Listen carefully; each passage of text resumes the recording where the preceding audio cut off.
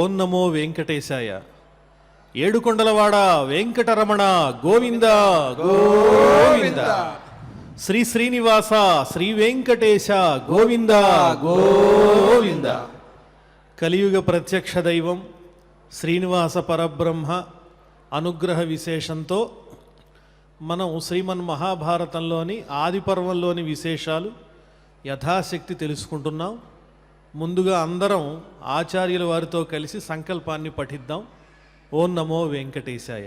విఘ్నేశ్వర ధ్యానం విఘ్నేశ్వర ధ్యానం శుక్లాంబరధరం విష్ణుం శశివర్ణం చతుర్భుజం ప్రసన్నవదనం ధ్యాయేత్ సర్వవిఘ్నోపశాంతయే. శ్రీనివాస ధ్యానం. నమస్తుభ్యం మహాదేవ నారాయణ కృపానిధే. పాహి మాం ఫణిశైలేశ భక్తబంధో దయానిధే. మహాభారత శ్రవణ ఫలం ద్వైపాయనౌష్ఠపుట నిస్సృతమప్రమేయం.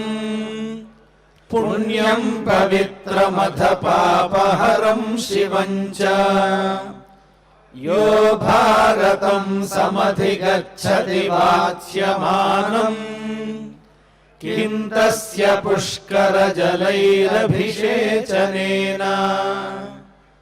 అథ సంకల్పః శ్రీమదాదివరాహ క్షేత్రే విరాజమానస్య దేవదేవోత్తమస్య జగద్రక్షణార్థం అవతీర్ణస్య శ్రీమదఖిలాండకోటి బ్రహ్మాండ నాయకస్య శ్రీ వెంకటేశ్వర స్వామినః అనుగ్రహ ప్రసాదేన సర్వేషాం భక్తజనానాం ఆదివ్యాధి నివృత్తి ద్వారా ఆయురారోగ్యైశ్వర్యాభివృద్ధ్యర్థం విశూచికా క్రిమిజనిత సమస్త దుష్ప్రభావ నివారణార్థం సర్వారిష్ట నివృత్తి ద్వారా సకల శ్రేయోభివృద్ధ్యర్థం ధర్మార్థ కామమోక్షాఖ్య చతుర్విధ పురుషార్థ ఫల సిద్ధ్యర్థం వాంగ్మనః కాయ ప్రవర్తిత అనేక జన్మాఘ నివర్హణార్థం సమస్త పాపక్షయార్థం చ శ్రీమన్మహాభారతే ఆది పర్వణి యథాశక్తి చతుర్థ పంచమాధ్యాయాంతర్గత శ్లోకపారాయణం ఆచార్యముఖేన కరిష్యామహే. వ్యాసధ్యానం వ్యాసం వసిష్ఠనప్తారం శక్తేః పౌత్రమకల్మషం పరాశరాత్మజం వందే సుఖతాతం తపోనిధిం. వ్యాసాయ విష్ణురూపాయ వ్యాసరూపాయ విష్ణవే నమో వై బ్రహ్మనిధయే వాసిష్ఠాయ నమో నమః. నారాయణం నమస్కృత్య నరం చైవ నరోత్తమం దేవీం సరస్వతీం వ్యాసం తతో జయముదీరయేత్. శ్రీమన్ మహాభారతంలో ఆది పర్వంలోని విశేషాలు మనం తెలుసుకుంటూ ఉన్నాం. ముందుగా ఈ వృత్తాంతంలో గురు శిష్యుల యొక్క సంబంధాన్ని గురించి మనం చక్కగా తెలుసుకున్నాం. ధౌమ్యుల వారి దగ్గర ఉన్నటువంటి శిష్యులు ఏ విధంగా గురుసేవ చేశారు, అదేవిధంగా వేదుల వారి దగ్గర ఉన్నటువంటి శిష్యులు ఏ విధంగా గురుసేవ చేశారన్న విషయాలన్నీ తెలుసుకున్నాం. జనమేజయ మహారాజును ఉత్తంకుడు, వేదుల వారి శిష్యుడైనటువంటి ఉత్తంకుడు సర్పయాగం కోసం ఉద్రేకపరుస్తూ ఉన్నాడు, ప్రోత్సహిస్తూ ఉన్నాడు. తక్షకుని మీద తనకున్నటువంటి కోపాన్ని, ఆవేశాన్ని కూడా జనమేజయుల్లో కూడా పెంచుతూ ఉన్నాడు అని మనం తెలుసుకున్నాం నిన్న కథాంశంలో. ఒక వంట చేయాలంటే దానికి ఎన్నో రకములైనటువంటి వస్తువులు కావాలి. ముందుగా కావలసిన దినుసులన్నీ కూడా దగ్గర పెట్టుకుని తగిన విధంగా అందులో వాటిని ఉపయోగిస్తే ఆహారం అనేది రుచిగా ఉంటుంది, శుచిగా ఉంటుంది, ఆనందాన్ని కలిగిస్తుంది. అలాగే ఇక్కడ భారతంలో ఉన్నటువంటి కథ అనగానే మనకు అవగాహనకు వచ్చేది పాండవులు, కౌరవులు, వాళ్ళు చేసుకున్నటువంటి యుద్ధం, భీష్ముడు ఎలా యుద్ధం చేశాడు, ఇలాంటి విషయాలే ప్రధానంగా గుర్తొస్తాయి. కానీ భారతంలో ఉన్నటువంటి ముఖ్య విషయం ఏమిటి అంటే పాండవుల, కౌరవుల చరిత్రతో పాటుగా అనేక విధములైనటువంటి ఉపాఖ్యానాలు ఉన్నాయి, ఆఖ్యానకాలు ఉన్నాయి. ఆ భారతం జరిగినటువంటి యుగంలోనే కాకుండా పూర్వయుగాలలో జరిగినటువంటి విశేషాలు, పరమాత్మ యొక్క గొప్పతనం, దేవతల యొక్క ఔన్నత్యం, వీటన్నిటినీ కూడా మేళవించి ఆ పూర్వయుగాల్లో జరిగినటువంటి ఆ కథలన్నీ కూడా ఈ భారతంలో ఎలా ముడిపడి ఉన్నాయనే విశేషాన్ని కూడా కలిపి వ్యాసుల వారు చెబుతూ ఉన్నారు. చదవడం మొదలెట్టంగానే పాండవులు జన్మించారు, కౌరవులు జన్మించారు, చక్కగా ఆడుకున్నారు, యుద్ధం చేశారు, ఆ కౌరవులు మరణించారు అని గబగబా మనకి మనసుకు నచ్చినట్లుగా కథ వినెయ్యాలనేటువంటి తొందర ఇక్కడ కూడదు. ఎందువల్లంటే ఈ సర్పయాగం జరగటం అనేటువంటి కథాంశం ప్రారంభం కావటానికే ఇంకా చాలా వృత్తాంతం ఉన్నది. ఇక్కడ వింటున్నటువంటి మహర్షులందరూ కూడా సత్వగుణ సంపన్నులు, శౌనకాది మహర్షులందరూ కూడా. వారికి సూత మహర్షి కుమారుడు సౌతి కనిపించాడు. ఆయన వచ్చి మీకు ఏం కావాలంటే అది నేను చెబుతానన్నాడు. భారత వృత్తాంతాన్నంతా కూడా వాళ్ళు శ్రవణానందంగా వింటూ ఉన్నారు. మధ్య మధ్యలో వాళ్ళకి ఎన్నో సందేహాలు వస్తూ ఉంటాయి. ఈ కథకు అనుసంధానం అయ్యేటువంటి సందర్భం ఎక్కడొస్తే అక్కడ ఇదేమిటో చెప్పండి, అగ్ని అనే పదం రాగానే అసలు అగ్నిదేవుడి గురించి చెప్పండి అంటారు. అలాగే పులోమ అనే పదం రాగానే అసలు పులోముడు ఎవరు, అతని చరిత్ర ఏమిటి, ఆ రాక్షసుడు ఏం చేశాడు, అవన్నీ చెప్పండి అంటారు. అంటే ఒక కథలోంచి, ప్రధానమైన గాథలోంచి దానికి సంబంధం ఉన్నటువంటి అన్ని ఉపాఖ్యానాలు కూడా భారతంలో మనకి వాటిని తగులుకుంటూనే ఉంటాయి. వాటన్నిటితో పాటు చెప్పుకున్నప్పుడే సమగ్రమైనటువంటి భోజనం మనం ఆరగించినట్టు అవుతుంది. కాబట్టి త్వరపడకుండా సర్పయాగం చేయటానికి ఉదంకుడు ప్రోత్సహించాడు జనమేజయుణ్ణి. మరి ఆ తర్వాత ఈ ఋషులందరూ కూడా ప్రశ్నిస్తూ ఉన్నారు, కేవలము జనమేజయుణ్ణి ప్రోత్సహించినంత మాత్రాన సర్పయాగం పూర్తవుతుందా?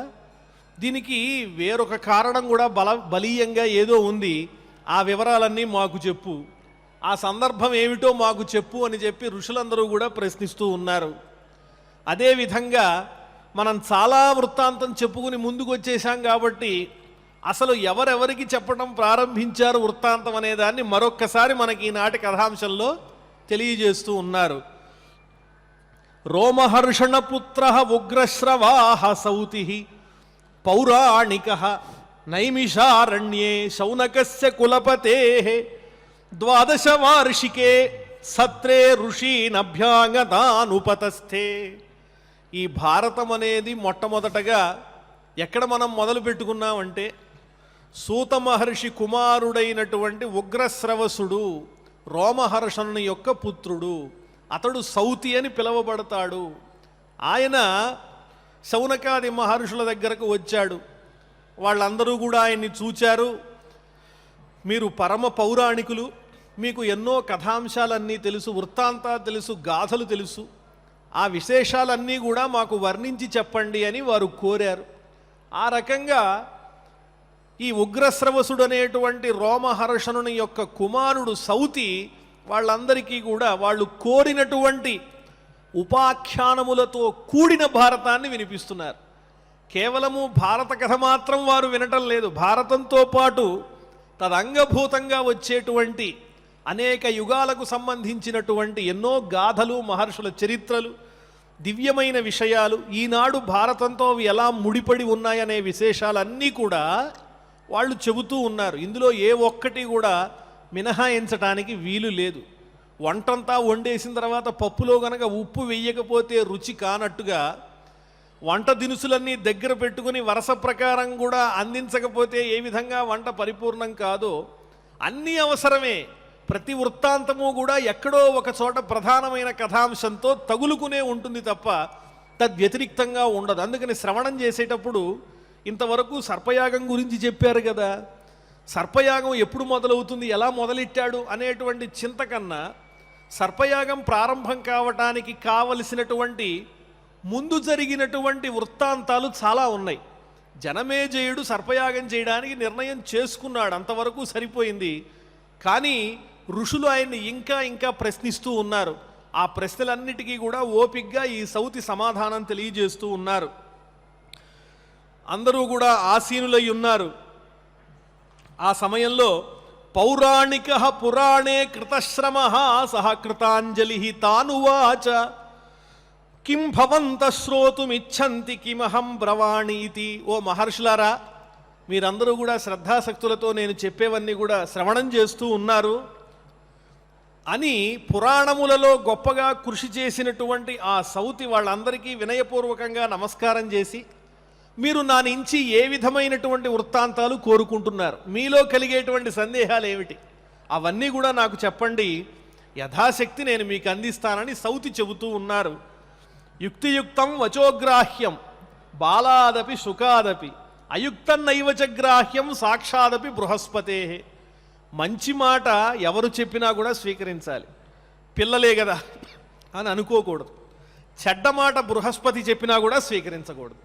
ఇక్కడ ఋషులు కూడా ఆ సౌతిలో ఉన్నటువంటి గొప్ప పురాణముల పట్ల ఉన్నటువంటి గొప్ప విజ్ఞానాన్ని చూస్తున్నారు తప్ప మేము కూడా విజ్ఞాన సంపన్నులం, మాకు కూడా తెలుసు అనేటువంటి అహంకారం వారిలో లేదు. అలాగే చెప్పేటువంటి ఈ సౌతికి కూడా వీళ్ళంతటి వాళ్ళకి నేను చెప్తున్నానంటే నా సంగతి ఏమిటో, నేను ఎంత గొప్పవాడినో అనే భావన ఇంచుకైనా లేదు.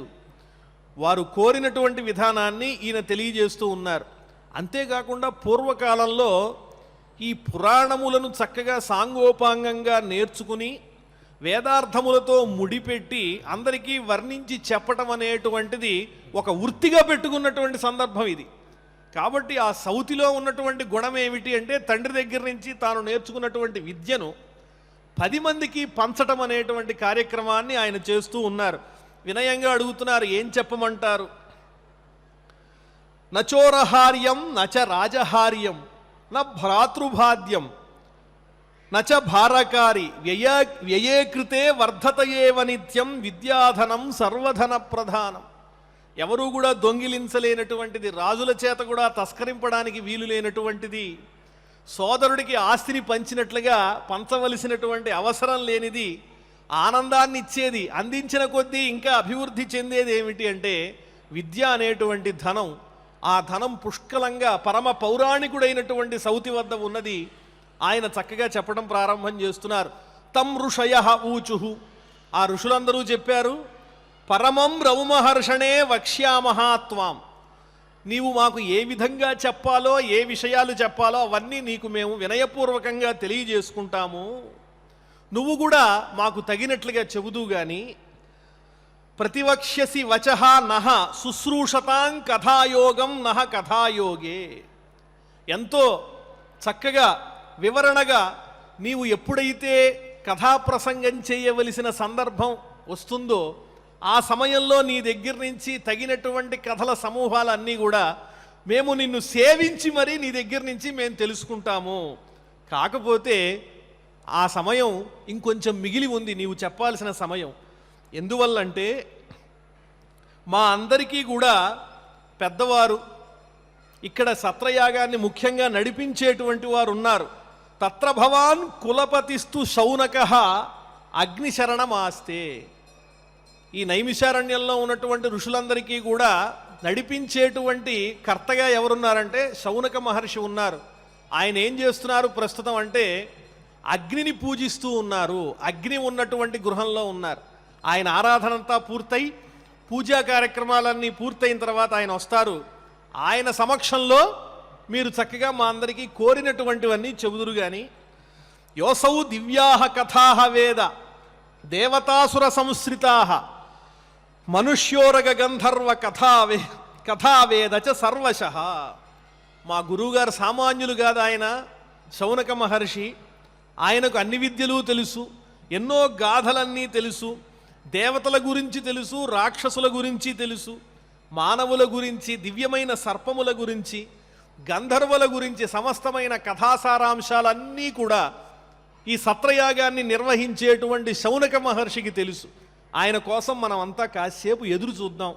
ఆయన వచ్చిన తర్వాత ఆయన సమక్షంలో ఆయన ఉచితాసనాన్ని అధిరోహించి ఉన్న తరువాత మీరు చక్కగా మేము అడిగినటువంటి ప్రశ్నలన్నిటికీ సమాధానాలు చెప్తూ అందంగా సాంగోపాంగంగా పురాణ కాలక్షేపాన్ని నడిపిద్దురు గాని అని చెప్పి ఋషులంతా కూడా చెప్పారు. అసలు కులపతి అనేటువంటి పేరు ఎలా వచ్చింది ఆయనకు అంటే మునీనాం దశసాహస్రం యహ అన్నదానాది పోషణాత్ అధ్యాపయతి విప్ర ఋషి అసౌ కులపతి స్మృత. శౌనక మహర్షి దీర్ఘసత్రయాగాన్ని నడిపించేవారు ఎటువంటి వాడంటే కులపతి అని ఆయనకు ఒక బిరుదున్నది కదా. ఎందువల్ల వచ్చింది కులపతి అంటే? ఎటువంటి వాడంటే 10,000 మందిని నిరంతరము కూడా విద్యా అధ్యాపనములతో భోజన భాజనాదులతో పోషించి రక్షించేటువంటి వారిని కులపతి అని పిలుస్తారు. అంత గొప్పవాడు మా శౌనక మహర్షి. ఆయన వచ్చేదాకా ఓ సౌతి కాస్త ఓపిక పట్టవలసింది అని వినయపూర్వకంగా వాళ్ళు కోరుతున్నారు. సచాప్యస్మిన్ మఖే సౌతే విద్వాన్ కులపతిర్ద్విజః దక్షో ధృతవ్రతో ధీమాన్ శాస్త్రే చారణ్యకే గురుః.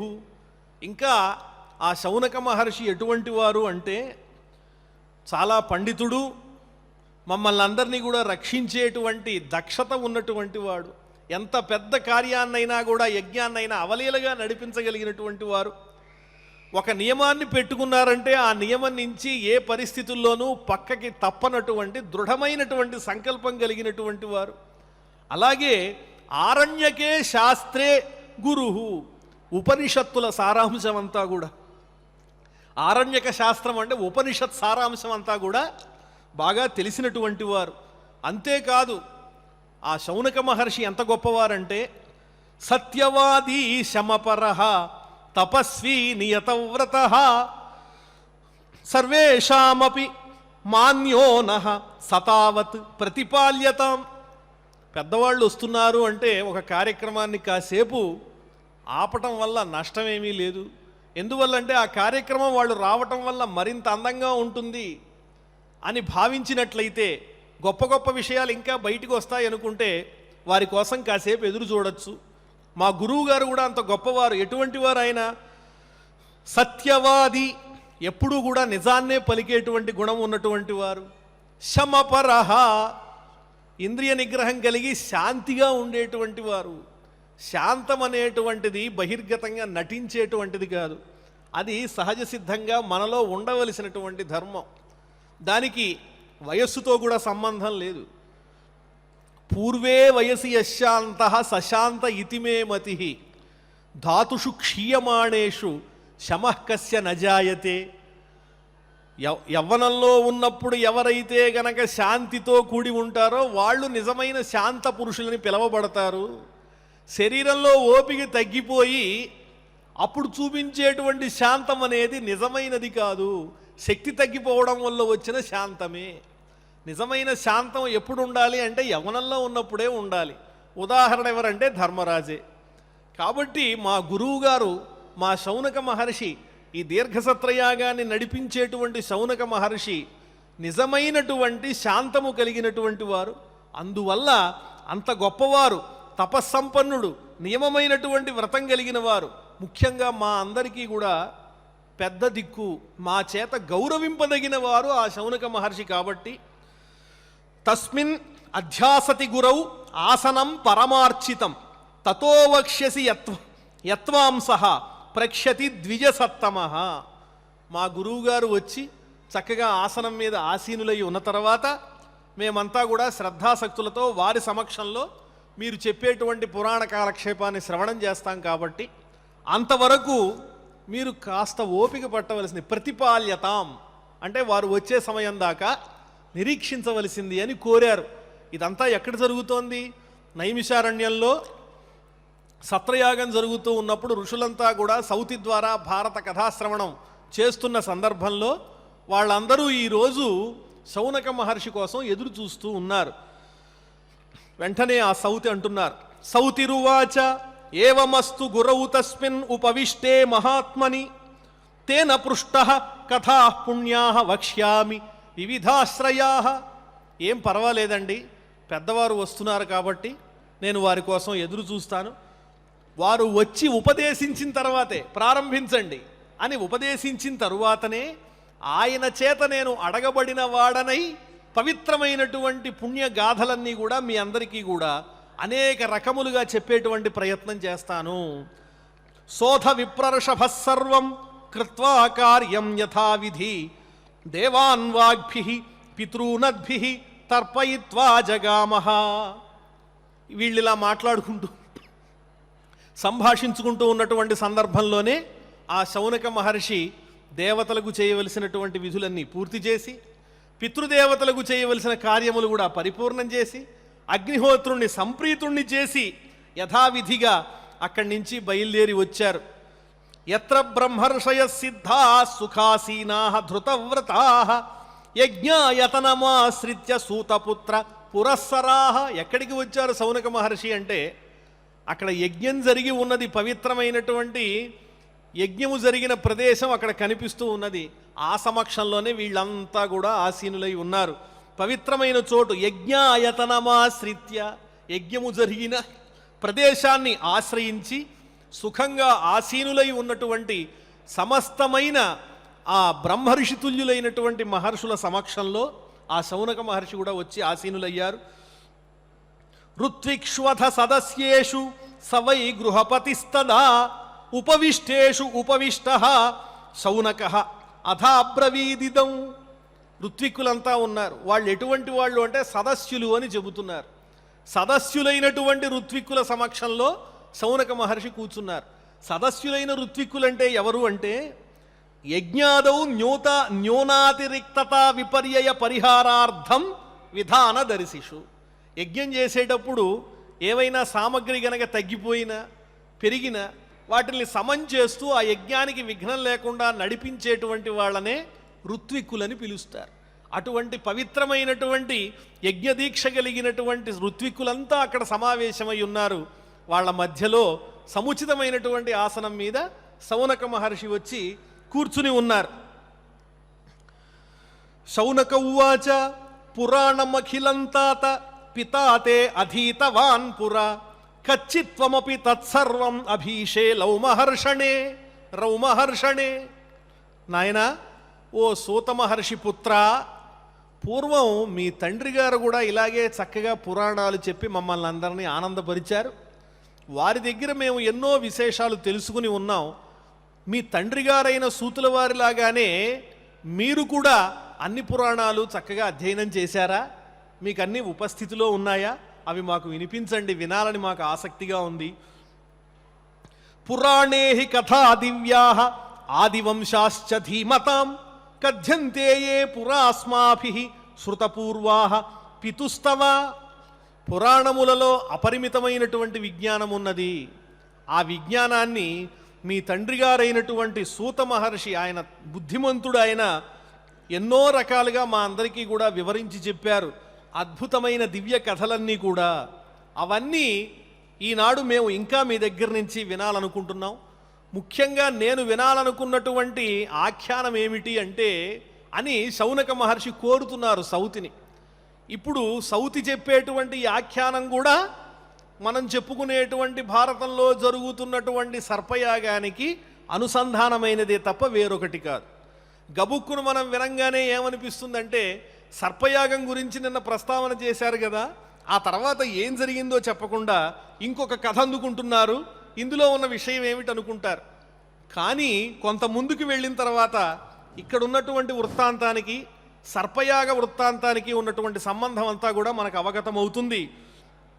ఏమడుగుతున్నారు ఇక్కడ శౌనక మహర్షి సౌతిని? తత్ర వంశమహం పూర్వం శ్రోతుమిచ్ఛామి భార్గవం కథయస్వ కథామేతాం కళ్యాస్మ శ్రవణే తవ. భృగు మహర్షి యొక్క గొప్పదైనటువంటి వంశము యొక్క వృత్తాంతాలన్నీ కూడా మేము తెలుసుకోవాలనుకుంటున్నాం.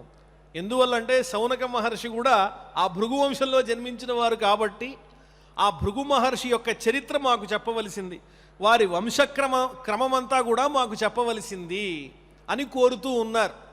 మనకి తెలుగు భారతంలో నన్నయ్య గారి సందర్భంలో ఒక చక్కని పద్యం రాశారు. అమిత జగద్భయంకర విషాగ్నియున్ అప్రతిహన్యమాన వీర్యము కలయట్టి సర్పములకు ఆ జనమే జయుచ్యయు సర్పయాగమున బుదగ్ర పావక శిఖాతతులన్ తొరుగంగ కారణంబు అమల చరిత్ర ఏమి చెప్పుమయ్య వినన్ కడువేడ్క అయ్యడున్. ఇక్కడ తెలుగు భారతంలో సరాసరి జరగబోయేటువంటి ఘట్టానికి సంబంధించిన వృత్తాంతం మీద ఈ మహర్షులందరికీ కూడా ఆసక్తి ఉన్నట్లుగా అందంగా చెప్పారు నన్నయ్య గారు. దారుణమైనటువంటి విషాగ్ని చేత లోకాలన్నింటినీ భయపెట్టేటువంటి ఆ సర్పములన్నీ కూడా జనమేజయుని యొక్క సర్పయాగంలో ఏ విధంగా మరణాన్ని పొందాయి, ఆ సర్పయాగం ఏ కారణంగా జరిగిందనేది మా అందరికీ తెలియజేయవలసింది అని చెప్పి శౌనకాది మహర్షులు సౌతిని అడిగినట్లుగా తెలుగు భారతంలో మనకు కనిపిస్తోంది. ఇక్కడ శౌనక మహర్షి సౌతిని భృగు మహర్షి యొక్క చరిత్ర అంతా చెప్పమంటున్నారు. ఈ రెండు వైవిధ్యంగా కనిపించినప్పటికీ కూడా వాటి సారాంశం ఒకటే. ఈ భృగు మహర్షి చరిత్ర ప్రారంభం అయిన తర్వాతనే సర్పయాగం ఎందుకు జరిగింది, దానికి ఉన్నటువంటి పూర్వ కారణాలు ఏమిటి, అవన్నీ కూడా మనకి వృత్తాంతాల్లో తెలుస్తాయి. సౌతిరువాచ, వెంటనే సౌతి చెబుతూ ఉన్నారు ఆ శౌనక మహర్షికి. యదధీతం పురా సమ్యక్ ద్విజశ్రేష్ఠైర్మహాత్మభిః వైశంపాయన విప్రాగ్ర్యైః తైశ్చాపి కథితం యథా. పూర్వంలో మహాత్ములైనటువంటి వాళ్ళు చెప్పిన గొప్ప విశేషాలు, వైశంపాయనుడు మొదలుగా కలిగినటువంటి మహోన్నతులైన బ్రాహ్మణోత్తములు వర్ణించినటువంటి విశేషాలు, మా తండ్రి గారు చెప్పిన విశేషాలు ఎంతవరకు అయితే నేను శ్రవణం చేశానో ఆ విశేషాలన్నీ యథాశక్తిగా మీ ముందుంచేటువంటి ప్రయత్నం చేస్తాను. యదధీతంచ పిత్రా మే సమ్యక్ చైవ తతో మయ తావతు శృణుష్వయో వేదైః సేంద్రైః సర్షిమరుద్గణైః పూజితః ప్రవరో వంశః భార్గవో భృగునందనః.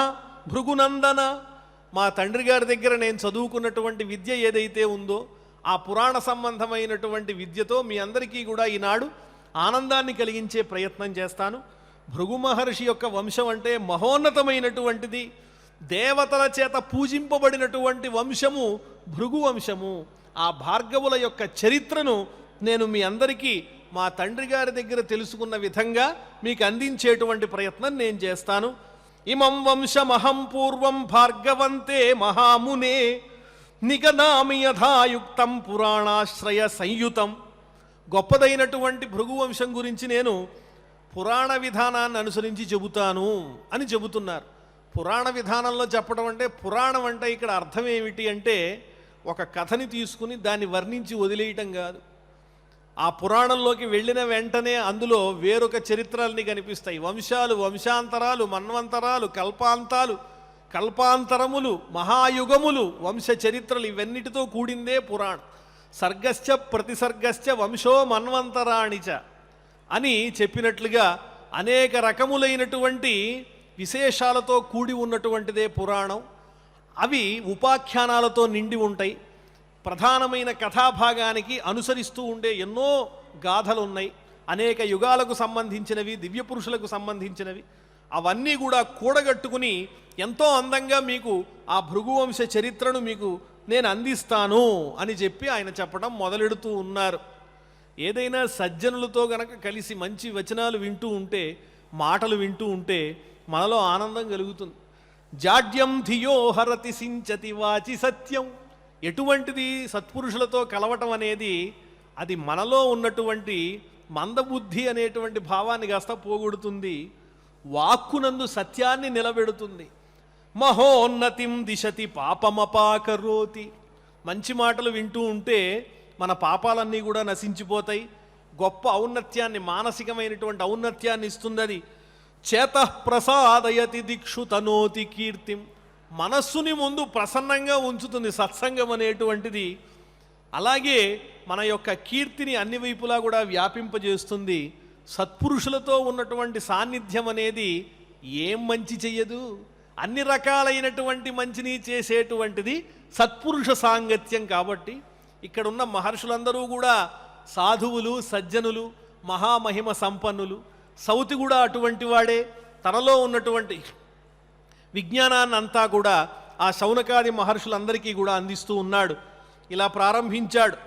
భృగుర్మహర్షిర్భగవాన్ బ్రహ్మణా వై స్వయంభువా వరుణస్య క్రతౌ జాతః పావకాదితి న శ్రుతం భృగోః సుదయితః పుత్రః చ్యవనో నామ భార్గవః చ్యవనస్య చ దాయాదః ప్రమతిర్నామ ధార్మికః. సాక్షాత్తు బ్రహ్మగారు వరుణయాగం చేస్తూ ఉంటే ఆ బ్రహ్మ చేసేటువంటి వరుణయాగంలో అగ్నిగుండం నుంచి ఉద్భవించినటువంటి వాడు భృగు మహర్షి. ఆ భృగు మహర్షి కుమారుని పేరు చ్యవన మహర్షి. భృగోః సుదయితః పుత్రః చ్యవనో నామ భార్గవః. ఏదైనా కథ చెప్పేటప్పుడు ముందు సంక్షిప్తంగా అందులో ఉన్నటువంటి వృత్తాంతాన్ని 2-3 మాటల్లో చెప్పి, అయ్యా ఇలా సంక్షిప్తంగా చెప్పారు కదా, మాకు ఇంకొంచెం వివరంగా చెప్పండి అంటే మళ్ళీ దాంట్లో ఉన్న విశేషాలు చెప్పడం అనేది ఒక అలవాటు ఇందులో. అలాగే ముందుగా చ్యవన మహర్షి భృగు మహర్షి యొక్క కుమారుడు. భృగు మహర్షి ఎలా జన్మించాడు అంటే బ్రహ్మగారు చేసినటువంటి వరుణయాగంలో అగ్నికుండం ద్వారా జన్మించాడు. మరి చ్యవన మహర్షి యొక్క కుమారుడు ప్రమతి అనే పేరు కలిగినటువంటి వాడు. ఆయన పరమధార్మికుడు. చ్యవనస్య చ దాయాదః ప్రమతిర్నామ ధార్మికః ప్రమతేరప్యభూత్పుత్రః ఘృతాత్యాం రురురిత్యుత. మరి ఈ ప్రమతికి పుట్టినటువంటి కుమారుడు ఎవరు అంటే రురువు అనే పేరు కలిగిన వాడు. ఈ ప్రమతి భార్య పేరు ఘృతాచి. ఈ ప్రమతికి ఘృతాచికి జన్మించినటువంటి వాడే రురువు అనేటువంటి మహర్షి. ఈ రురువు అనే మహర్షి దగ్గరే మనకి ఈ సర్పయాగ సంబంధమైనటువంటి విశేషాలు తెలుస్తాయి. ఈ భృగు వంశానికి, ఆ భృగు వంశంలో జన్మించిన రురు మహర్షికి జనమేజయుడు ఉత్తంకుని ద్వారా ప్రేరేపించబడి చేసేటువంటి సర్పయాగానికి ఒక అందమైనటువంటి సంబంధం ఉంది. ఆ సంబంధం అనేది మనకి నెమ్మదిగా తెలుస్తుంది. ముందుగా ఇప్పుడు మనం ఏం తెలుసుకుంటున్నాం? జనమేజయుడు సర్పయాగం చెయ్యాలనుకున్నాడు. తదనుగుణంగానే శౌనకాది మహర్షులందరికీ కూడా నైమిషారణ్యంలో సౌతి భారతాన్ని తెలియజేస్తూ తదంగభూతంగా ఒక ఉపాఖ్యానాన్ని అందిస్తూ ఉన్నారు. ఆ ఉపాఖ్యానం ఏమిటి అంటే భృగు మహర్షి యొక్క వంశముల యొక్క గొప్పతనం. అందులోనే మనకి ఈ సర్పయాగ సంబంధమైనటువంటి విశేషాలన్నీ కూడా వస్తాయి. రురోరపి సుతో జజ్ఞే శునకో వేదపారగః ప్రమద్వరాయాన్ ధర్మాత్మా తవ పూర్వ పితామహ. ఓ శౌనక మహర్షి, రురు అనేటువంటి వారికి ఒక కుమారుడు జన్మించాడు. వేదాంగ పండితుడయ్యాడు. ఆయన పేరు ఏమిటి అంటే శునకుడు అనేటువంటి పేరు కలిగిన వాడు. శునకుని తండ్రి పేరు రురు అయితే తల్లి పేరు ప్రమద్వర. ఈ ప్రమద్వరకు రురువుకు జన్మించినటువంటి వారు ఎవరు అంటే శునకుడు అనేటువంటి మహానుభావుడు. తపస్వీచ యశస్వీచ శృతవాన్ బ్రహ్మవిత్తమః ధార్మిక సత్యవాదీచ నియతో నియతాశనః. ఆ మహర్షి ఎంతో గొప్పవారు, తపస్సంపన్నుడు, కీర్తి సంపన్నుడు, వేదములన్నీ తెలిసినటువంటి వాడు, బ్రాహ్మణోత్తముడు, ధర్మాన్ని ఆచరించేవాడు, నిరంతరము సత్యాన్నే పలికేటువంటి వాడు, మితంగా ఆహారాన్ని తీసుకునేటువంటి వాడు, ఎక్కువగా భగవంతుణ్ణి ధ్యానించేటువంటి వాడు. అటువంటి గొప్పవాళ్ళంతా కూడా ఈ భృగు వంశంలో ఉన్నారయ్యా ఓ శౌనక మహర్షి అని ఇలా ప్రారంభించి సౌనక మహర్షి భారత కథను ఆ ఋషులందరికీ తెలియజేస్తూ నైమిషారణ్యంలో తదంగభూతంగా వారు అడిగినటువంటి ప్రశ్నలన్నింటికీ సమాధానం చెబుతూ సర్పయాగానికి అనుబంధంగా ఉన్నటువంటి ఈ భృగువంశ చరిత్ర అనేటువంటి ఉపాఖ్యానాన్ని సౌనక మహర్షి ద్వారా అడగబడినటువంటి వాడై తెలియజేస్తూ ఉన్నాడు. ఇక్కడి దాకా ఈనాడు మనం ఈ పురాణ కాలక్షేపాన్ని, ఈ ప్రవచనాన్ని పరిపూర్ణం చేసుకున్నాం. ఈ శ్లోకాలన్నింటినీ కూడా గురువుగారు చక్కగా మనందరి చేత కూడా పలికిస్తారు. ఓం నమో వెంకటేశాయ. అథ శ్రీమన్మహాభారతే ఆదిపర్వణి చతుర్థోऽధ్యాయः పౌలోమపర్వకథా ప్రవేశः రోమహర్షణపుత్రः ఉగ్రశ్రవాः సౌతిః పౌరాణికः నైమిషారణ్యే శౌనకస్య కులపతేః ద్వాదశ వార్షికే సత్రే ఋషీనభ్యాగతాన్ ఉపతస్థే పౌరాణికః పురాణే కృతశ్రమః సకృతాంజలిః తానువాచ కిం భవంతః శ్రోతుమిచ్ఛన్తి కిమహం బ్రవాణీతి తమృషయ ఊచుః పరమం రౌమహర్షణే వక్ష్యామః త్వాన్న ప్రతివక్ష్యసి వచః శుశ్రూషతాం కథాయోగం నః కథాయోగే తత్ర భవాన్ కులపతిస్తు శౌనకః అగ్నిశరణమధ్యాస్తే యోసౌ దివ్యాః కథా వేద దేవతాసుర సంశ్రితాః మనుష్యోరగంధర్వ తథా వేద చ సర్వశః స చాప్యస్మిన్ మఖే సౌతే విద్వాన్ కులపతిర్ద్విజః దక్షో ధృతం వ్రతో ధీమాన్ శాస్త్రే చారణ్యకే గురుః సత్యవాదీశమపరః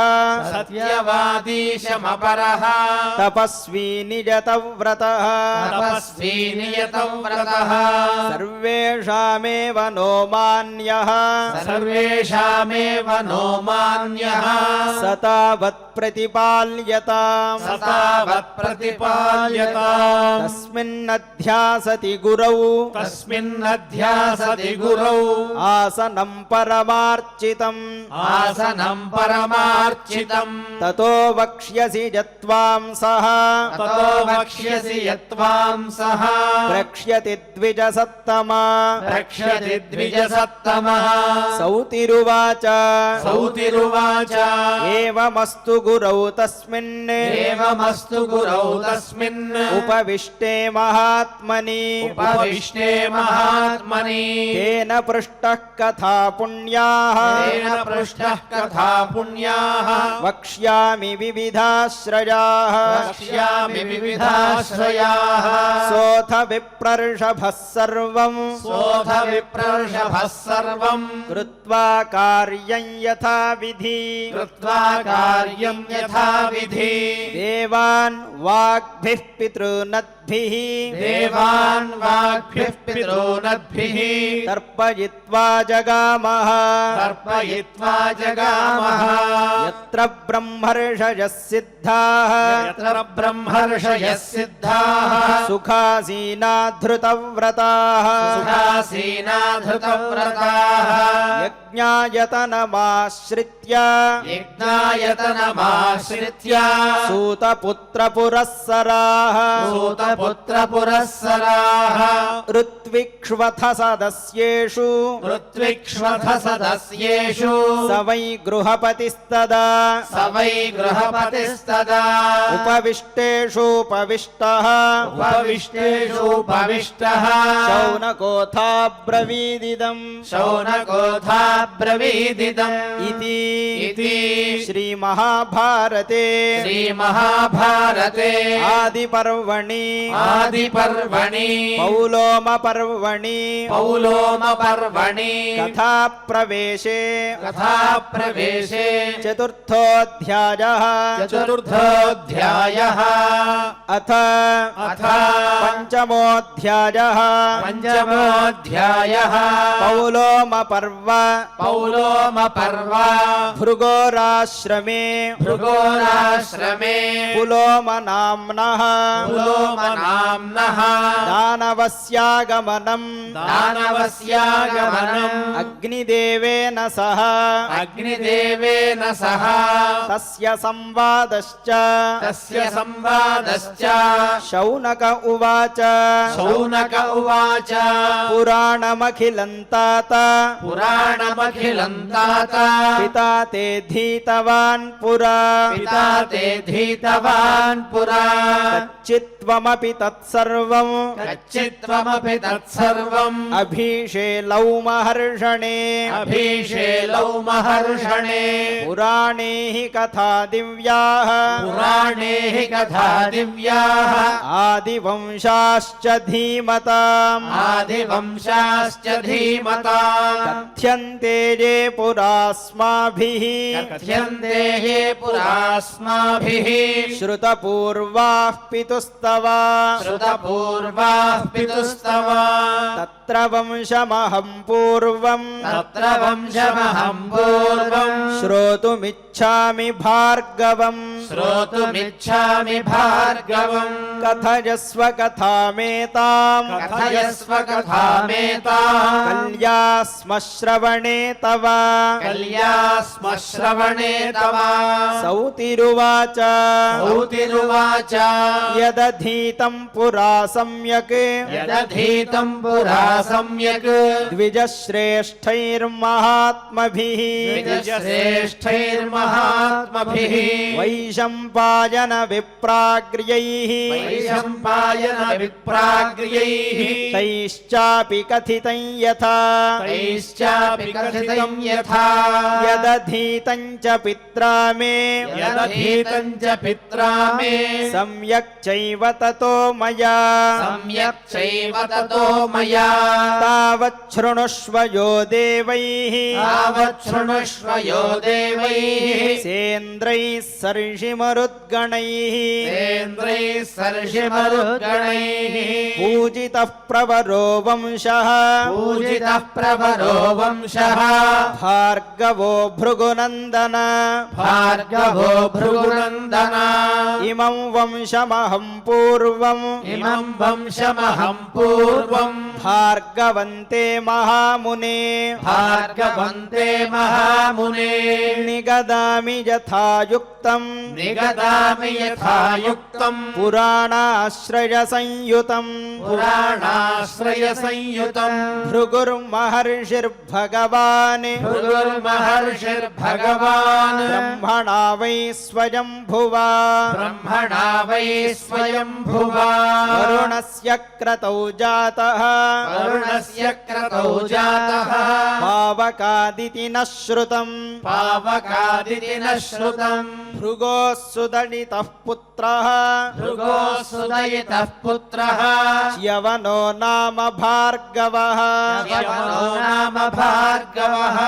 యవనస్య చ దాయాదః యవనస్య చ దాయాదః ప్రమతిర్నామ ధార్మికః ప్రమతిర్నామ ధార్మికః ప్రమతేరప్యభూత్పుత్రః ప్రమతేరప్యభూత్పుత్రః ఘృతాచ్యామురురిత్యుత ఘృతాచ్యామృరిత్యుత రురోరపి సుతో జజ్ఞే రురోరపి సుతో జజ్ఞే శునకో వేదపారగః శునకో వేదపారగః ప్రమద్వరాజాన్ ధర్మాత్మా ప్రమద్వరాయాం ధర్మాత్మా తవ పూర్వపితామహః తవ పూర్వపితామహః తపస్వీ చ యశస్వీ చ తపస్వీ చ యశస్వీ చ శ్రుతవాన్ బ్రహ్మవిత్తమః శ్రుతవాన్ బ్రహ్మవిత్తమః ధార్మికः సత్యవాదీ చ ధార్మికः సత్యవాదీ చ నియతో నియతాశనః నియతో నియతాశనః. పారాయణ కార్యక్రమాన్ని శ్రద్ధాసక్తులతో పరిపూర్ణం చేసుకున్నాం. ఇప్పుడు ఆచార్యుల వారు మనకు విదుర నీతి అనే అంశాన్ని అందిస్తారు. భక్తి శ్రద్ధలతో ఆ అంశాన్ని కూడా శ్రవణం చేద్దాం. ఓం నమో వెంకటేశాయ. శ్రీ వెంకటేశాయ నమః. ఈనాడు కథాభాగాన్ని చక్కగా ఆచార్యుల వారు అందించారు. నమోస్తుతే వ్యాస విశాల బుద్ధే. వ్యాసుడికి విదురుడికి నమస్కారం చేసుకుంటూ ఈనాటి విదురనీతిలో కొన్ని విషయాల్ని పరిశీలించే ముందు ఒక్క మాట. విదురనీతి అంటే నిన్న జరిగిన కథాభాగం ఏమిటి, తర్వాత మరుసటి రోజు కథ ఏమిటి అన్నట్టుగా ఉండదు. అంటే ఒక విషయానికి లింకప్ అనేది ఏమీ ఉండదు. ఎందుకు ఈ మాట చెప్పడం అంటే కొంతమంది అనుకోవచ్చు, ఒక విషయాన్ని చెప్పి తర్వాత ఇంకో విషయాన్ని ప్రస్తావిస్తున్నారు కదా ఇదేమిటి అని. లోకంలో ఒక్కొక్క తీరు ఒక్కొక్కలా ఉంటుందయ్యా అని వాటన్నిటిని తీసుకొచ్చి ఒకే చోట చూపిస్తారు విదురుల వారు. మనకి కావలసిన దాన్ని సాధ్యమైనంత మేర మనం గ్రహిస్తూ ఉంటాం. ఒక షాపుకి వెళ్ళినప్పుడు అనేకమైన వస్తువులు ఒకే చోట ఉంటాయి కదా, అలా ఉంటుంది నీతి అంటే. చాలా చాలా విషయాలు ఉంటాయి. ఒకసారి బాగా మంచిగా తినాలి, ఇలా ఉండాలి అని చెప్తాడు. ఆ చెప్పి వెంటనే యుద్ధం గురించి ప్రస్తావన చేస్తారు. అలా ఎందుకు చెప్తారంటే ధృతరాష్ట్రుడికి అనేకమైన విషయాలను అవగాహన చేయడం కోసం అలా చెప్పేశారు విదురుల వారు. అందులో అలా భావిస్తే తప్పేమీ లేదు. ఇది చెప్పడం ఉద్దేశం ఏమిటి అంటే దీన్ని ఒక కథాభాగంగా తీసుకోకూడదు. ఏనాటికానాడు కొత్త కొత్త విషయాలు తెలుసుకుంటున్నామనే భావంతో వింటే విదురనీతి అనేది చక్కగా అర్థమవుతుంది. అందుకోసం ఈ ప్రస్తావన చేస్తున్నాం. ఈనాడు విదురుల వారు చెప్తున్నటువంటి ఉపదేశం ఏమిటి అంటే 4 విషయాల్లో చక్కగా ఉండేవాడికి అనర్థాలు దరిచేరవయ్యా అన్నారు. జీవితంలో అలవాటు చేసుకోవలసిన 4 విషయాల గురించి చెప్తున్నాడు. లేదు, ఈ 4 విషయాలు ఉన్నవాడికి అనర్థాలు అనేవి రావు అంటారు. అనర్థాలంటే ఆపదలు. ఏమిటట? మితం భుంక్తే, మొట్టమొదటి అలవాటు తగినంత మాత్రమే తినడం అనేది ఉండాలయ్యా అన్నారు. లేకపోతే మనం ఎన్ని రోగాల పాలవుతామో చెప్పవలసినటువంటి అవసరం లేదు కదా. చాలాసార్లు ప్రస్తావన చేసుకున్నాం. గొప్ప గొప్ప వాళ్ళందరూ కూడా మొట్టమొదట చెప్పే మాట ఏంటంటే ఆరోగ్యాన్ని బాగా చూసుకుంటేనే తర్వాత విషయాలు ఏమైనా అని ప్రస్తావన చేస్తూ ఉంటారు. ముందు దాన్ని జాగ్రత్తగా పెట్టుకోవాలయ్యా. అది బాగుండాలంటే మితం భుంక్తే, తగినంతే తినాలి. లేకపోతే ఏమవుతుంది? వ్యాధయో రసమూలకాహ. వ్యాధులు దేనివల్ల వస్తాయంటే నాలికని అదుపులో పెట్టుకోపోవడం వల్ల వస్తుందని మనకి శాస్త్రం చెప్తుంది. కనుక మితం భుంక్తే అన్నాడు. సంవిభజ్యాశ్రితేభ్య అన్నాడు. పైగా అసలు ఒక మనిషి అనేవాడు ఎలా ఉండాలి అంటే తనకు లభించినటువంటి దాన్ని తనని ఆశ్రయించిన వాడికి పంచి తినాలయ్యా అన్నాడు. తినడం అంటే అనుభవించడం. ఏదైనా తనకు వచ్చిందనుకోండి తానొక్కడే దాచుకుని తినాలి అని మనం అనుకోకూడదు. తల్లిదండ్రులు కూడా కొంతమంది అలవాటు చేస్తారు పిల్లలకి, నువ్వు ఒక్కడవే తిను, నువ్వు ఒక్కడవే ఉండు అని. పెద్ద అయిన తర్వాత వాడు కూడా అలాగే ఉంటాడు. తానొక్కడే చూసుకుంటూ చివరికి తల్లిదండ్రుల్ని కూడా చూసుకోకుండా తన పిల్లల్ని చూసుకుంటూ ఉంటాడు. అలాంటి పరిస్థితి ఎందుకు వస్తుందంటే మొదటి నుంచి మనం అలా చెప్తాం కాబట్టి. ఉన్న దాంట్లో కొంత దానం చేసి తినని చెప్తే ఏం పోయింది? ఈవేళ రేపు అందరూ ఉపదేశాలు చేసేవాళ్ళేగా, పాటించేవాళ్ళు ఎవరు? కాబట్టి చెప్పేటప్పుడైనా కాస్త మంచి మాట చెప్తే వాడు ఏనాటికైనా మంచిగా ఉంటాడు. అలా కాకుండా చెప్పేదే నువ్వు ఒక్కడవే జాగ్రత్తగా ఉండంటే వాడు కూడా అలాగే ఉంటాడు.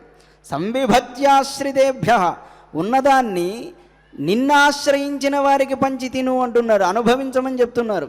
అందరికీ పంచమని కాదు కదా, కనీసం తన వాళ్ళనైనా చూసుకోవాలి. లేకపోతే ఏమవుతుంది? ఇది ప్రశ్న. తనని ఆశ్రయించిన వాడికి పెట్టకుండా ఎప్పుడైతే వీడు అనుభవించడం మొదలు పెడతాడో, తాను స్వార్థంగా ఉండడం మొదలు పెడతాడో, అప్పుడే అసలు చిక్కంతా వస్తుంది. వీడి గుట్టంతా వెళ్ళి పక్కవాడికి చెప్తాడు, లేదా వీడి విషయం అంతా వెళ్ళి రాజుకి చెప్తాడు. అప్పుడేమవుతుంది? ఉన్నదంతా సర్వనాశనం అవుతుందయ్యా, అలా ఉండకూడదు అని చెప్తున్నాడు. సంవిభత్యాశ్రితేభ్య మితం స్వపిత్యమితం కర్మ కృత్వా. ఈ మాటకి ఫుల్ ఆపోజిట్గా ఉంటామేమో ఈనాడు మనం అనిపిస్తుంది. అమితం కర్మ కృత్వా మితం స్వపితి, ఎక్కువగా పని చేసి తక్కువగా నిద్రపోవాలి అంటాడు. మనం అలా ఉంటామో లేదో భగవంతుడికి ఎరుక. దదాత్యమిత్రేష్వపి యాచిత సన్ను, శత్రువుకైనా కూడా యాచన చేస్తే ఇచ్చేటువంటి గుణం ఉన్నవాడు బాగుంటాడయ్యా. అందుకే దానేన ద్విషంతో మిత్రాభవంతి అంటుందిగా వేదం. దానం చేసే గుణం ఉన్నవాడికి శత్రువు కూడా స్నేహితుడవుతాడు అంటాడు. యుద్ధంలో కెత్తడిగితే దానం చేయకూడదు, అలా ఉండకూడదు. దానం సమయాన్ని బట్టి ఉండాలి, అది కూడా తెలుసుకోవాలి. శత్రువుకి దానం చేయమన్నాడు కదా అని చెప్పి ఆ సందర్భంలో చేస్తామా? దదాత్యమిత్రేష్వపి యాచిత సన్ను, సమయాన్ని సందర్భాన్ని బట్టి ఉంటూ మనల్ని రక్షించుకుంటూ శత్రువుని కూడా చూసే గుణం ఎవరికి ఉంటుందో, ఇలాంటి ఆత్మగుణములు ఉన్నవాడిని అనర్థములు విడిచిపెడతాయి అంటున్నాడు. అంటే వాడు ఆపదల్ని పొందడయ్యా జీవితంలో అన్నారు. తర్వాత మనిషి ఎలాంటి పనిని చేయడానికి పూనుకోవాలి అని ఒక విషయాన్ని చెప్తున్నారు. అనారభ్యా భవంత్యర్థా కేచిన్నిత్యం తథాగతా కృతఃపురుషకారో భవేద్యేషు నిరర్థక అంటాడు. చెయ్యకూడని పనిని, అంటే ఇది ఈ పని అవ్వదు అనే ఉందనుకోండి, ఆ పనిని చేయడానికి ప్రయత్నం మొదలు పెట్టకూడదు. ఇప్పుడు ఆకాశానికి నిచ్చెన వేస్తామంటామే, సముద్రాన్ని ఈదడం, ఇలాంటి పనులు ఉంటాయి. ఇవి ఎవరి వల్ల అవుతుంది? మొండి పట్టుబట్టి అలాంటి విషయాల్లోకి దూకకూడదు. జీవితంలో కొన్ని విషయాలు మనం సాధించలేం, ఎందుకంటే మన పరిస్థితి అలా ఉంటుంది. నేను బిల్గేట్ అవ్వాలంటే ఎలా అవుతాను? అలాంటి వాటికి ప్రయత్నం చేయకూడదు. నా స్థితి ఏమిటి, నా బలం ఏమిటి అని తెలుసుకుని నేను ఒక పనికి ప్రయత్నానికి పూనుకోవాలి. అలా బ్రతకాలి అని మనకి చెప్తున్నాడు. ఎందుకు ఈ మాట చెప్తున్నాడంటే, కృతఃపురుషకారోహి భవేద్యేష నిరర్థక, తన వల్ల కాని పనులకు పూనుకుంటే చేసిన ప్రయత్నం వృధా అవుతుంది కదా అని చెప్పి ఆ తర్వాత ఇంకో మాట చెప్తాడు. అసలు 10 మందిని ఆకర్షించాలంటే ఎలా ఉండాలి, ఎవరెవరు దేన్ని జడిస్తారనే మాట చెప్తూ, జితా సభావస్త్రవత మిష్టాశ గోమతాజిత అధ్వాజితో యానవత సర్వం శీలవతాజితం అంటాడు. ఒక సభని మనం గెలవాలి అంటే ముందు మనకు ఉండాల్సినటువంటి లక్షణం ఏంటి అంటే మంచి బట్టలు ఉండాలట. నిజంగా అది ఒప్పుకోవలసినటువంటి మాట. ఎంత పండితుడైనా కూడా ముందు చూడరు, వీడికి ఏమొచ్చు, లేకపోతే ఇలా ఉన్నాడంటాడు. కొంతమంది గడ్డం గురించి అడిగారు, గడ్డం అంటే బాగుంటుందని. అంటే వాళ్ళ లెవెల్ అలా ఉంటుంది. రూపం చూసి ఫస్ట్ ఇష్టపడే వాళ్ళు కొంతమంది ఉంటారు. ఇక్కడ చెప్పడం ఉద్దేశ్యం ఏమిటి అంటే, రూపాన్ని చక్కగా పెట్టుకున్న వాడికి కూడా సభవశం అవుతుందయ్యా అన్నాడు. అలాగే వస్త్రముల చేత సభని జయించవచ్చు. జితాసభ వస్త్రవత పెట్టుకుని మాట్లాడలేకపోతే అది వేరు అనుకోండి.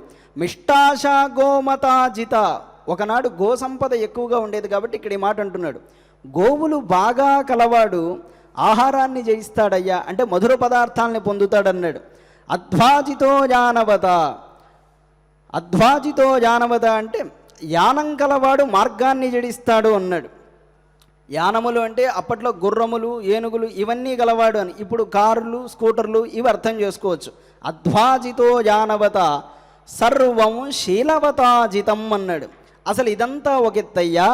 ఈ ముందు చెప్పినవి ఉన్నా లేకపోయినా దీన్ని ఎవడూ పట్టించుకోనటువంటిది ఒకటి ఉన్నదయ్యా, అదే శీలం అన్నాడు. ఈ శీలం అనేది ఎవడికైతే చక్కగా ఉంటుందో వాడి యందు ఇవన్నీ ప్రకాశిస్తాడయ్యా, అదే శీలానికి ఉన్న ఫలితం అన్నాడు. శీలం అంటే మనం తీసుకునేటువంటి అర్థం కాదు, శీలం అంటే సత్ప్రవర్తన అన్నారు. అలాంటి సత్ప్రవర్తన కలిగిన వాడికి ఇవన్నీ అనుకూలంగా ఉంటాయి. మరి ప్రాదేశ ముందు ఎందుకు చెప్పారంటే ఇది లోకమర్యాద, లోకమర్యాదలో ఈ విధంగా ఉండాలి అని చెప్తున్నారు. ఆ తర్వాత ఇంకొక మాట, ఆత్మానమేవ ప్రథమం ద్వేష్యరూపేణ యోజడేత్ తతో మాత్యానమిత్రాంశ్చ నమోఘం విజిగీషతే అన్నాడు. ఇక్కడ చెప్తున్న మాట ఏంటంటే, మనం ప్రపంచాన్ని గెలవాలి అని బయలుదేరే ముందు చెయ్యాల్సిన పని ఏమిటి అంటే, ఏ మనిషి అయినా కూడా తనని తాను గెలుచుకోవడం అని చెప్పాడు. ఇక్కడ అసలు భారతీయ ఆదర్శాలకు కానీ పాశ్చాత్యుల యొక్క ఆదర్శాలకు కానీ చాలా తేడా ఉండేది ఇక్కడే మనకి తెలుస్తూ ఉంటుంది. దొంగలు పెరిగే కొద్దీ పోలీసులను పెంచే పద్ధతి పాశ్చాత్యులది.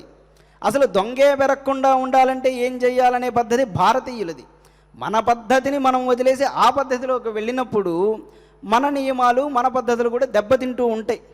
ఎందుకు ఈ మాట ఇక్కడ చెప్పడం అంటే ఆత్మానమేవ ప్రథమం ద్వేష్యరూపేణ యోచలేత్ అన్నాడు కదా. మనల్ని మనం గెలుచుకొని ప్రపంచం మీద పడాలని చెప్పేటువంటి ఉద్దేశంలో చాలా అంతరార్థాలు ఉన్నాయి. ఆ విషయాలన్నీ కూడా మనం రేపటి ప్రహేళిక భాగంలో తెలుసుకుందాం. అంతవరకు ముగింపు పలుకుతూ ఓం నమో వెంకటేశాయ. ఆచార్యుల వారు చాలా విలక్షణంగా మనకు విదురునీతిని అందించారు. ఇప్పుడు గోవిందనామాల ఆడియో ద్వారా మనం శ్రవణం చేద్దాం. పరమాత్మ అనుగ్రహానికి పాత్రులమవుదాం. ఓం నమో వెంకటేశాయ. శ్రీనివాస శ్రీ వెంకటేశ శ్రీనివాస శ్రీ వెంకటేశ భక్తవత్సల భాగవత ప్రియ నిత్య నిర్మల నీలమేఘ శ్యామ పురాణ పురుష పుండరీకాక్ష నందనందన నవనీత చోర పశుపాలక శ్రీ పాప విమోచన దుష్ట సంహార దురిత నివారణ శిష్ట పరిపాలక కష్ట నివారణ గోవింద హరి గోవింద గోకుల నందన గోవింద గోవింద హరి గోవింద గోకుల నందన గోవింద.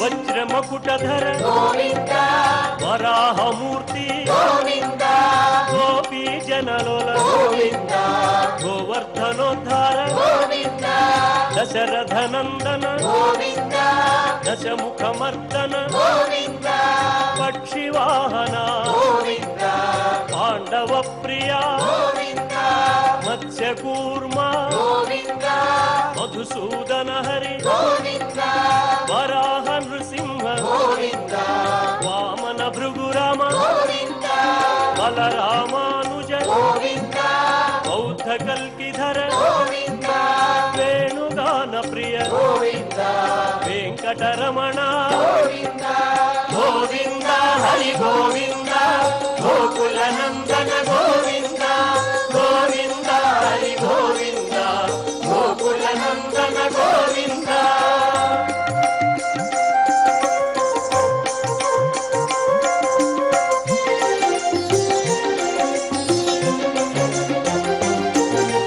సీతానాయక గోవింద ధృత పరిపాలక గోవింద దీన పోషక గోవింద ధర్మ స్థాపక గోవింద అనాథ రక్షక గోవింద ఆపద్బాంధవ గోవింద శరణాగత విదే గోవింద కరుణాసాగర గోవింద కమలదళాక్ష గోవింద కామిత ఫలద గోవింద పాప వినాశక గోవింద పాహి మురారే గోవింద శ్రీముద్రాంకిత గోవింద శ్రీవత్సాంకిత గోవింద ధరణీ నాయక గోవింద దినకర తేజ గోవింద గోవింద హరి గోవింద గోకుల నందన గోవింద గోవింద హరి గోవింద గోకుల నందన గోవింద.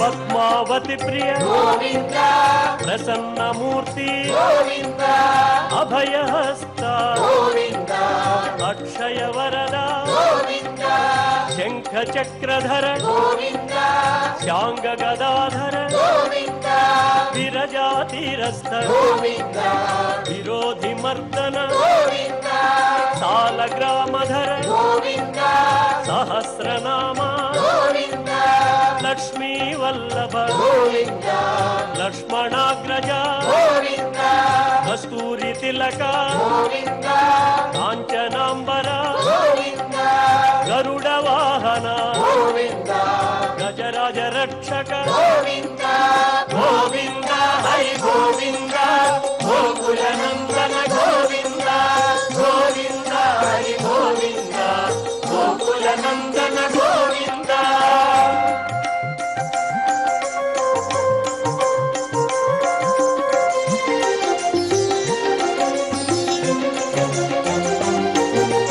వానర సేవిత గోవింద వారధి బంధన గోవింద సప్తగిరీశ గోవింద ఏక స్వరూప గోవింద శ్రీరామకృష్ణ గోవింద రఘుకుల నందన గోవింద ప్రత్యక్ష దేవా గోవింద పరమదయాకర గోవింద వజ్ర కవచధర గోవింద వైజయంతి మాల గోవింద వడ్డీ కాసులవాడ గోవింద వసుదేవతనయ గోవింద బిల్వ పత్రార్చిత గోవింద భిక్షుక సంస్థుత గోవింద శ్రీ పుంరూప గోవింద శివకేశవమూర్తి గోవింద గోవింద హరి గోవింద గోకుల నందన గోవింద గోవింద హరి గోవింద గోకుల నందన గోవింద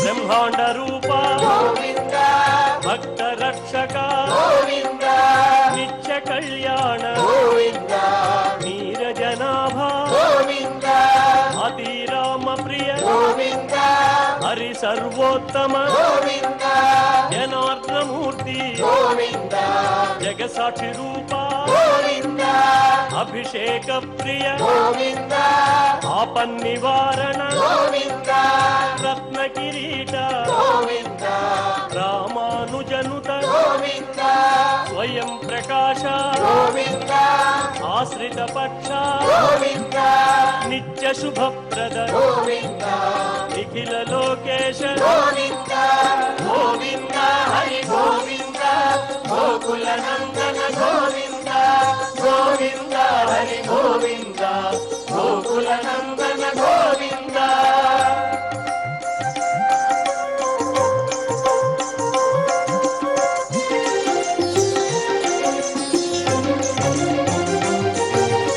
ఆనంద రూప గోవింద ఆద్యంతరహిత గోవింద ఇహ పరదాయక గోవింద విభరాజ రక్షక గోవింద పరమదయాళో గోవింద పద్మనాభ హరి గోవింద తిరుమలవాస గోవింద తులసీ వనమాల గోవింద శేషశాయినే గోవింద శేషాద్రి నిలయ గోవింద మత్స్యావతార గోవింద ఏడు కొండలవాడ గోవింద గోవింద హరి గోవింద గోకుల నందన గోవింద గోవింద హరి గోవింద గోకుల నందన గోవింద గోవింద హరి గోవింద గోకుల నందన గోవింద గోవింద హరి గోవింద గోకుల నందన గోవింద గోవింద హరి గోవింద గోకుల నందన గోవింద గోవింద హరి గోవింద గోకుల నందన గోవింద గోవింద హరి గోవింద ఏడు కొండలవాడ వెంకటరమణ గోవింద గోవింద గోపదముఖలవాడ నాథరక్షక గోవింద గోవింద గోవింద గోవింద గోవింద గోవింద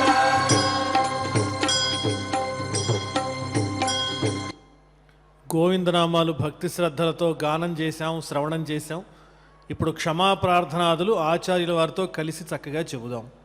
అథ క్షమా ప్రార్థనా యదక్షరపదభ్రష్టం మాత్రాహీనం చ యద్భవేత్ తత్సర్వం క్షమ్యతాం దేవ నారాయణ నమోస్తుతే. అథ లోకక్షేమ ప్రార్థనా సర్వే భవంతు సుఖినః సర్వే సంతు నిరామయాః సర్వే భద్రాణి పశ్యంతు మా కశ్చిద్ దుఃఖభాగ్ భవేత్.